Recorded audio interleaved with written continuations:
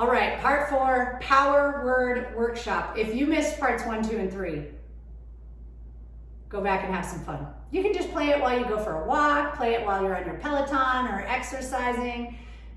Just kind of let some ideas and new thinking, new energy into your life. This one is to be shared. So I want you to think about someone who is on your mind right now. Could be someone pops into your mind immediately. Could be someone that you know has big dreams and goals for the year ahead. Could be someone you know that needs to have big dreams and goals for the year ahead. Maybe's lost a little bit of their way, right? Life gets tough and gets us off track. So I want you to just kind of sit for a moment, close your eyes possibly. If you know me, put your eye pillow on, block out all the distractions. I have a very active mind, so this really helps. And think of someone. And that's gonna be the person you share this with. And say, I want you to think about the power of words. So as I looked back on 2022 and the words that I used throughout the year, right? I took my strategic life plan, I read my destination declaration almost every morning. I started doing it every morning and realized cutthroat is not exactly the ideal space, especially as a parent and high-performing career woman. Some mornings don't have time, so give yourself grace. But 3 to 5 mornings a week, I'm reading that. Once a month, I'm reading the entire 12-page plan to calibrate my actions and make sure I'm on track and plan the months ahead. However, there's also this strategy that I started playing with last year as it was a real bumpy road of a year, right? We had a reorg at work. I was building a new home. The builder destroyed the foundation. Interest rates were rising. I had to sell my home I went live on the market the day the feds raised the rates. Everything felt like a storm last year. So I really had to use the power word strategy. Some of you are experiencing that storm right now. So if you are, don't be a cheap, you know what? Like that was me. I was like, oh, I don't know, 40 bucks. Trust me, when you invest in yourself and you gain access to vibrant people, that changes your life. It was access to people plus continuous learning that got me to this level of success. So if you're holding a big dream, you've got to do something different to make it a reality, my friend. Otherwise, you'll be holding that big dream for next January 2024, January 2025, January 2026. Next thing you know, 10 years will have passed and you still have that dream. That destroys our souls. So here were my words for 2022. When I first saw this property and I said, I want it, like that country club setting, it was actually an Arabian horse property that they had had some family differences of whether to keep it or not. Some of the next generation didn't want to do that. And so they sold it. So it was going to be the last little pocket of development. A, good investment. B, prime real estate. C, 6 minutes from the barn. D, 20 minutes to downtown. Ranch floor plan, all wood floors throughout, gorgeous luxury build. I was very excited. I shouldn't say luxury, it was a Lennar home. So anyhow, I decided to play full out. So I used the word all in. Every day, all in, all in, all in. That's what I would program in my mind. Then as contention started to rise with the builder and they poured my home on a 7-degree day without the proper concrete, removed the forms too soon, backfilled too soon, cracks top to bottom, structural honeycombing on every structural beam pocket. I learned more about concrete in Q1 of last year than I ever care to remember. So intellectual became one. Bold became another, where I was like, I'm gonna have to be bold in, at that point, learning to ask for God's help. He delivered a professional engineer and construction manager who then joined me and my realtor to discuss these challenges with the builder. And then as that battle intensified, I had to be confident. I'd get in these meetings with all men, scared to death. Confidence became king. And strong. My word was always strong because I had to stand up to them. There was alcohol all over the site. Construction was going awry. And I thought, you have to be strong.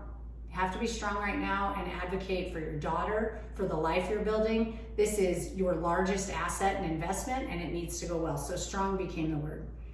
Then, as the unknown took hold, and I knew that we got our earnest money back, we got out of that contract, and we were getting ready to have, we didn't know the horse was coming to us. we're in this space, and my word was disciplined. I knew I wanted that dream to happen, and I was going to find our dream home. I wasn't going to stay in the city anymore and make these long commutes for horseback riding. And I knew that the world of work was changing and that I could have a different type of life. And so disciplined was key. I wanted to be disciplined in my eating so that I could have the energy to continue to crush it in career, and to also, that was the biggest part, right? Going to bat for my career because I needed to fund this. That was part one. Part two was also disciplined in the real estate search, and most importantly, disciplined in my mind that I could actually do this, because I've never played this big.